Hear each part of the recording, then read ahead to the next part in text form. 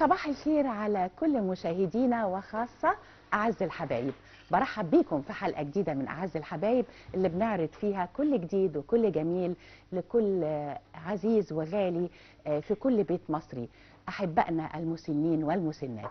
حلقتنا النهاردة متنوعة كالعادة، وبنبدأها دايما بالمطبخ بوجبات لذيذة اقتصادية سهلة التحضير، وبيبقى معانا دايما شيف انجي طنطاوي. برحب بيكي شيف انجي، صباح الخير عليكي. صباح الفل عليكي وعلى الساده المشاهدين. بوجباتك الجميله، الحاجات اللذيذه اللي انت بتقدميها لنا بسرعه وبسهوله، وفي نفس الوقت وجبات صحيه. بجد ترحيبي بيكي. اهلا بيكي حبيبتي. والنهارده ان شاء الله في فقرتنا الثانيه هيكون معانا الاستاذ الدكتور اشرف فكري، استاذ جراحات العيون، ومعاكم في اتصالاتكم هنسمع منكم ونجيب على تساؤلاتكم ونتعرض لأهم إصابات العيون عند أعز الحبايب وإيه أسبابها، وهنستعرض الكلام ده كله، ولكن بعد ما نشوف الوجبة الجميلة اللي عاملاها لنا إنجي النهارده. قلت حاجة سريعة كده وخفيفة ومش مكلفة اقتصادية. هنعمل رز مبهر بالكاري ومعاه دبابيس فراخ اللي هي بنفتحها زي الفراشه كده وبنشويها على النار على الجريل. جميل. تبقى جميله جدا، مفيش اي زيوت مفيش اي سمنه. الرز طريقته انا عشان الوقت البرنامج حطيته على النار، هي بصله مفرومه وعليها قرن فلفل كده صغير، ويعني مكعب زبده صغير. الرز زي ما انتم شايفين كده انا عاملاه يعني قبل وقت البرنامج كده بدقيقتين. برافو يا انجي. أيوة. علشان نكسب وقتنا. نكسب وقت، بس وفي هو نفس الوقت سهله. جميل. هو رز مع فلفل اخضر، قرن فلفل اخضر متشوح في معلقه زبده بس كده، وعليه بعد ما بيتشوح كده وبياخد تصفيره بسيطه بياخد بهارات الكاري معاها بقى البهارات زي ما انت عايزه، الثوم بودر، بصل بودر، زي ما انت عايزه كده. هو ده اهو. المنيو النهارده خفيفه وبسيطه ومغذيه. جميل. الكاري وبعض التوابل نعرف ازاي انها سليمه او مش مغشوشه؟ بقت الحقيقه مشكله دلوقتي. مشكله طبعا، وطبعا لازم نختار العطار الكويس والمضمون، مش اي حد نروح نجيب منه يعني. طبعا بيبان من الريحه، بيبان من شكل الحاجه والتعود. اللون بقى غريب الحقيقه. الالوان بقت غريبه طبعا. الالوان بقت غريبه جدا، بس الروايح والطعم بتبان. في حاجات مهما تحطوا بهارات منها ملهاش اي ريحه، بس الفراخ بالذات تحب البهارات غير اللحمه بقى. فرق عن اللحمه جامد جدا. اللحمه ما بتحبش بهارات لكن الفراخ تحب بهارات. جميل. ايوه كتري فيها البهارات بتاعتها، بهارات الفراخ، الكاري، الحاجات من دي. برده بنحط على الرز بهارات فراخ مع الكاري، مع بهارات الكاري. جميل. والبصله ودي بتبقى اسمها خلطه مبهره، رز المبهر بس كده. تسلم ايديكي. الدبابيس انا شايفاكي فاتحاها بطريقه معينه. ايوه بنفتحها كده، هي طبعا بتكون مقفوله بالطريقه دي، بنشتريها كده من عند بتاع الفراخ كده تمام. بنفتحها كده بالمقصه او بسكينه حسب ما تسهل بقى على ست البيت. بنكون مجهزين تتبيله. التتبيله عباره عن ثوم مدقوق مفروم مع بهارات الفراخ، ومعاها برده حبه البركه بسيطه كده جدا. انا بحبها في الحاجات دي، بتدي طعم حلو. الثوم هنا عامل ريحه اساسا من قبل ما نحطها على الشوايه. هنحطها حالا على الجريل اهي كده، بتبقى بالمنظر ده. المفروض ترى تاخد وقت شويه في التتبيله ولا نعملها على طول؟ لا هي يستحسن طبعا تقعد ساعه اقل حاجه في التتبيله. افضل طبعا. وافضل انك تعمليها قبل ما تنامي بالليل كده وتقومي تشويها، بتبقى جميله جدا وما بتاخدش 10 دقائق لو انت عاملاها بالليل. بتبقى جميله. طبعا انا متبلاها وغاسله الدبابيس بليمون وميه وتمام كده حلو. ما حطيتش خل لان الخل بيشد في الفراخ. الفكره دي على فكره في ناس كتير بتعتمد الدقيق والخل في تنظيف الفراخ. يا ريت نصيحه بقى ده. ايوه هي بصي الخل ما تنقعش في فراخ ابدا، لكن ممكن تغسليها مش 5 دقائق، كمان دقيقتين كده بالخل وانت على الحوض كده على طول. بس وتشطفيها بقى على طول، تقوم حطاها في الطبق على طول في الحله بالبصل بالورق اللورا والحاجات دي لو هتسلقيها. جميل. لكن تحطيها وتحطها في خل اللحم نفسه والخلايا بتشد وتجمد، مش بتستوي وبتسبب زفاره بقى. جميل. ايوه هنحطها على الجريل. ايوه من غير اي طبعا بقى دقيق حاجات من دي، ومن غير زيوت طبعا. بسم الله الرحمن الرحيم.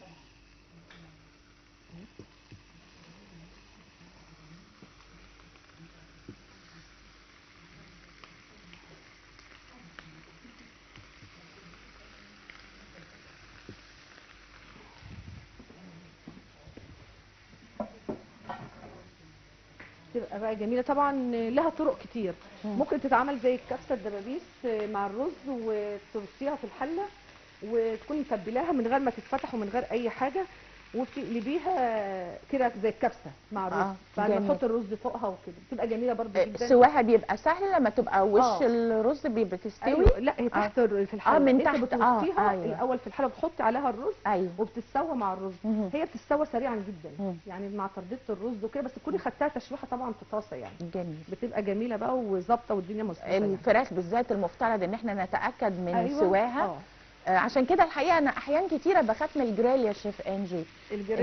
انت طبعا استاذتنا من ان الفراخ ما تستويش بصوره كامله. أيوة. وبعض الناس الحقيقه انا مش فاهمه ان هم يحبوها نص سوا.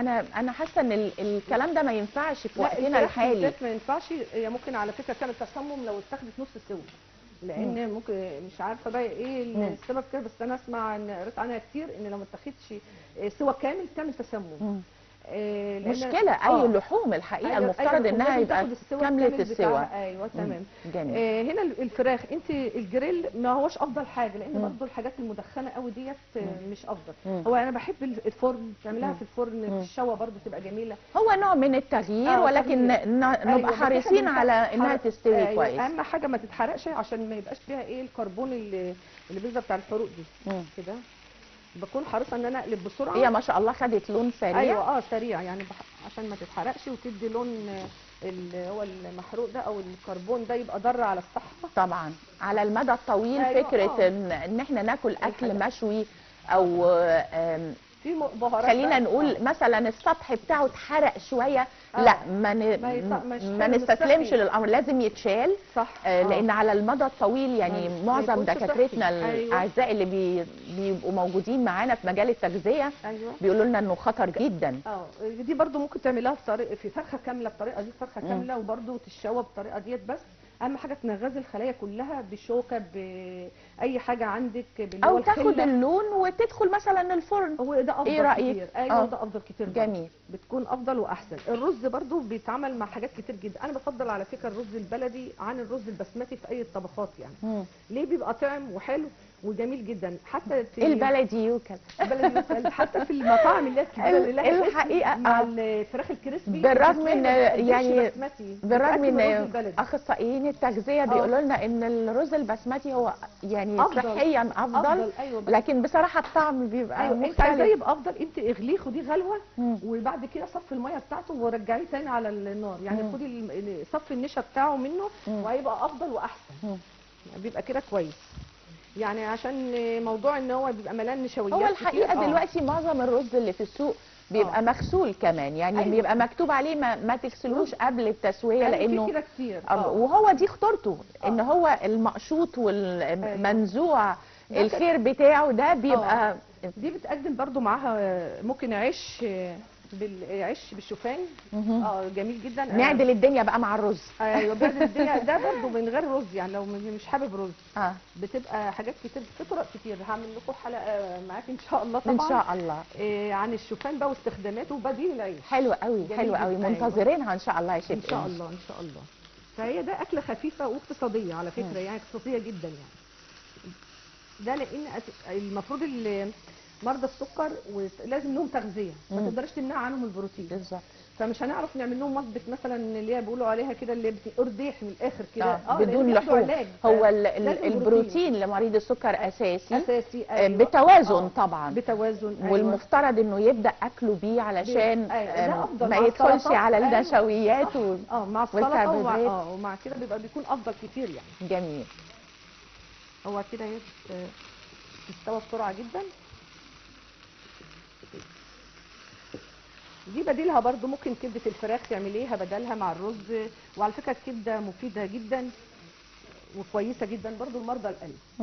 حلوه جدا. كنت عايزه اعمل لكم حلقه اسماك بلطي. احنا معاكي معاكي في كل حاجه يستمتع بيها اعز الحبايب ويحبوها. السمك مفيد جدا طبعا أكيد. لمرضى السكر والقلب. فانا ان شاء الله الحلقه الجايه تبقى حلقه اسماك ان شاء الله. ان شاء الله نعمل لهم بقى صواني كده باذن الله تبقى حلوه كده. جميل باذن الله. معاكي دايما كل جديد شيف انجي وخصوصا في الوجبات الصحيه. والحقيقه ان كل ضيوفنا وخصوصا في مجال التغذيه والتغذيه العلاجيه بيشكروا جدا في ادائك وفي اختيارك الانواع الاكل اللي بتقدميها وطريقه عملها، وده شكراً، اساس شكراً. للطعام الصحي. شكرا. لازم نحافظ على اهالينا طبعا ونقدم لهم وما نحرمهمش، هو لازم ياكلوا كل حاجه شرقي طبعا يعني، بس ما فيش حاجه اسمها نمنعهم من حاجه. الاكل الشرقي متاح لهم في كل حاجه، بس بطريقه صحيه ونظام غذائي ويمشي الدكتور يقول عليه يعني. يعني هو دايما بنقول ان التوازن مطلوب التوازن للاصحاء والصغار والكبار، ممنوع كذا علشان وممنوع كذا.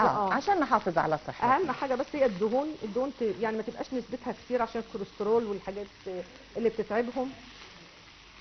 هي كده دخلت هي مش وربنا سبحانه وتعالى امرنا بعدم الاسراف.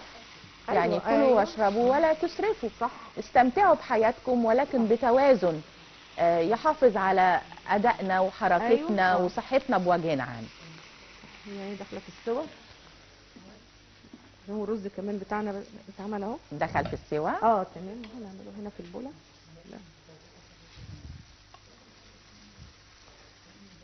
الرز كده تمام اهو استوى. ممكن تضيفي بقى عليه قرنفل على فكره، قرفه. بعد السوا ولا قبل؟ لا قبليه يعني. قبليه. ممكن تضيفي كل اللي انت عايزاه. تعملي معاه كانه رز بسمتي عادي يعني، اللي هو خلطه الكبسه يعني. وبيبقى جميل جدا. انت بتفرقع برضو قطع الفراخ الصدور ممكن نقدمها معاه، بس بتبقى حله واحده، اللي هي الحله دي جميله جدا واقتصاديه جدا. صدر فرخه وتعمليه مع كيلو رز، اللي هو ممكن نص صدر يعني، اللي هو نص كيلو صدور. تتقطع مكعبات وتشوحيها ببصل وفلفل وتعملي خلطه الرز، وبتبقى جميله ومشبعه جدا، وتقلبيها في الحله بتبقى زي الفل. تسلم ايديك يا شيخ انجي. تسلمي لي. انا شايفه الفراخ بتستنجد بيكي. بتصرخ.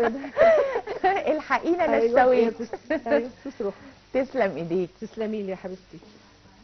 فهو الاكل عامه صحي، بس نعمله بطريقه ايه؟ كله نعمله اهم حاجه طريقه صحيه. هنا الفراخ اهي دبابيس دخلت في السوا.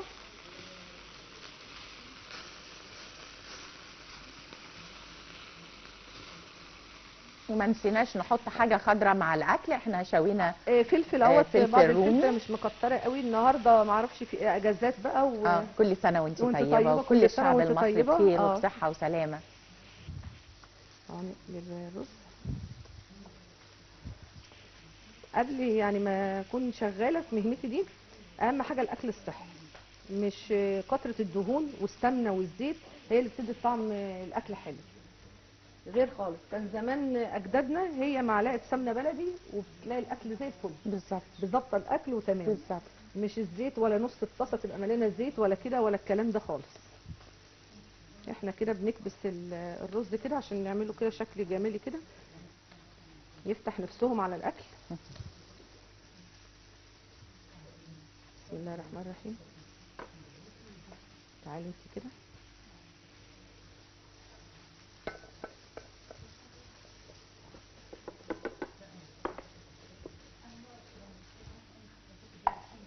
الرز عندنا كده ظهرت بشاير الطبق بتاعنا. الطبق بتاعنا بشاير كل حاجه حلوه معاكي ان شاء الله. مع حضرتك. تسلمي.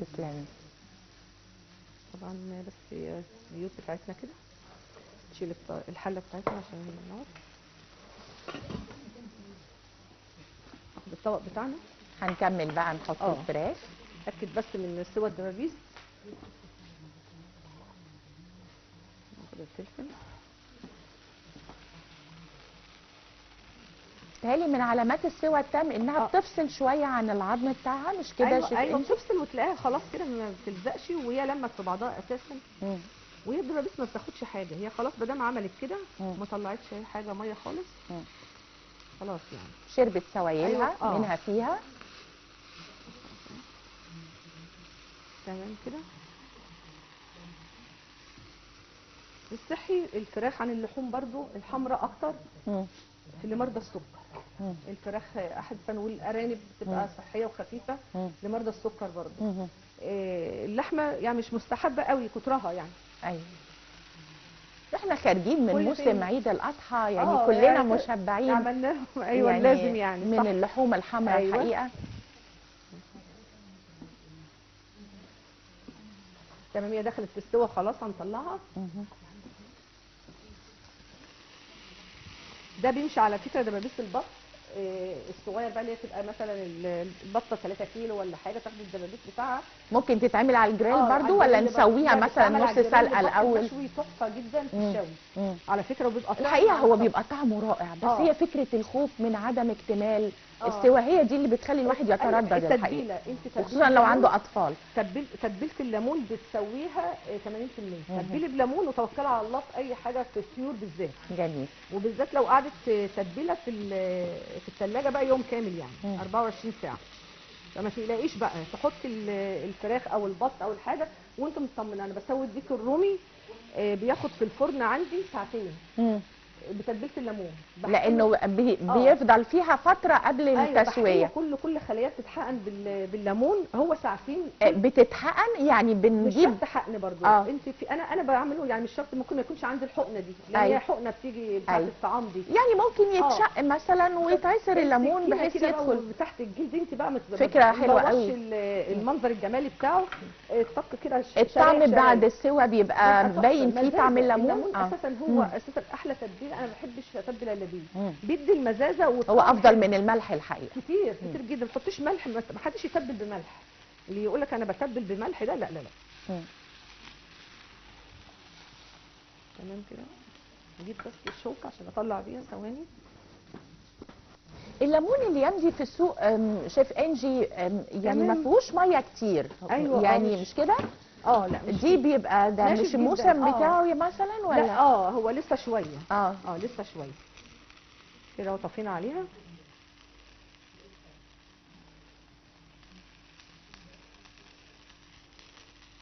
تسلم ايديكي. تسلمي لي يا احنا حبيبتي. كده بنفنش الطبق بتاعنا. حالا اهو. طبق بسيط، هو طبق سهل. بسيط جدا، وعاملاه طبق واحد عشان الناس تحس ان هو بسيط كده ومش مكلف، ومحدش يقول لي ان انا اكلاتي مكلفه. لا خالص، الحقيقه اكلات متوازنه جدا جداً. في تكلفتها وفي محتواها صحيا. تسلم ايديكي شيف انجي. معانا الطبق الجميل اهو. يا ريت بعد اذن حضرتك نقول المقادير تاني. رز، كوبايتين رز، عليهم كوبايتين ميه، لان ده رز مصري بلدي اصيل. ايوه يا رب دايما. أيوة يا رب دايما كل استهلاكنا يبقى في المصري. ايوه طبعا، مفيش احلى منه. ان شاء الله. معاه بصله مفرومه ومتحمره متشوحه تشويحه بسيطه، قرن فلفل اخضر كفايه، بنشوحها، بنحط بهارات الكاري، بنحط بهارات الفراخ، بننزل بكوبايتين الرز يتشوحوا برده ياخدوا تشويحه، معاهم كوبايتين الميه، المرقه مغليه، تكون ميه مغليه، او المرقه الشوربه لو عندك الشوربه بتحطيها بتبقى حلوه جدا وافضل يعني.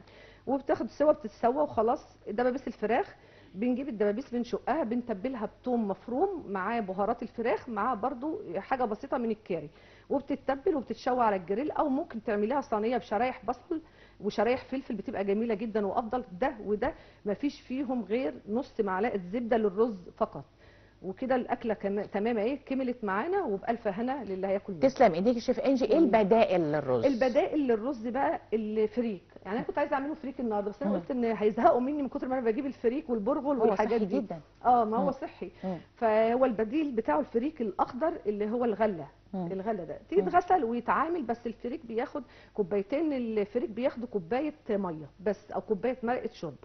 بتتشق نفس طريقه اللي انا عملته في الرز برده، بتتعاملي بالظبط كده، وبيطلع زي ما انتم شايفين بالطريقه دي. حابين تحطوا زبيب، حابين تحطوا اي حاجه، قرنفل، اي حاجه تانية، بيبقى تمام. التوابل اللي استخدمناها الكاري وحطينا فلفل اسود خفيف بس في تشويحه البصل، وملح خفيف برده مش كتير عشان محدش يكون ضغطه عالي وكده، والكاري ومعاه بهارات الفراخ. وزي ما انت شايفه بيطلع اللون ده بقى. هو البصل على فكره لو بصيتي فيها ماش متحمره. ايوه ماش متحمره، لقيناها في معلقه زبده خفيفه وخلاص على كده، فبتبقى طالعه زي المسلوقه كده فيها، وبتدي طعم احلى.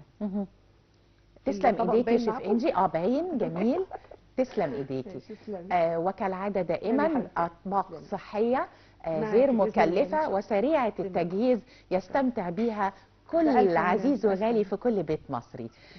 الحقيقه ان احنا النهارده هنتعرض لموضوع مهم جدا في احد تقاريرنا الخارجيه، واللي بنتكلم فيه عن موضوع يمس كل ابائنا وامهاتنا اللي بيخرجوا على المعاش، اللي متعودين انهم يأدوا عمل، يستمتعوا بوقتهم في شغل أو في أداء خدمة أو في عمل بيقوموا بيه على مدار حياتهم. الحقيقة ان خروجهم على المعاش بيبقى بالنسبة لهم أزمة كبيرة جدا، متعودين على النشاط، متعودين على الحركة. والحقيقة ان المشروعات الصغيرة والمتناهية الصغر في الوقت الحالي فرصة كبيرة جدا لأعز الحبايب الدخول في هذه المشروعات، سواء بشراكة مع المقربين لينا أو من زملائنا اللي خرجوا معانا على المعاش، أو من خلال إحنا لوحدنا مثلا لو مكتسبين خبرة، ومجالات التدريب في هذا المجال واسعة وكتيرة. تعالوا مع بعض نشوف في تقريرنا القادم إزاي ممكن نتبنى أحد المشروعات متناهية الصغر باستخدام أسلوب إعادة التدوير. هترككم مع هذا الفاصل ونعود بعده لمقابلة واستقبال ضيفنا الكريم الأستاذ الدكتور أشرف فكري، أستاذ جراحات العيون. أترككم وتقريرنا الخارجي.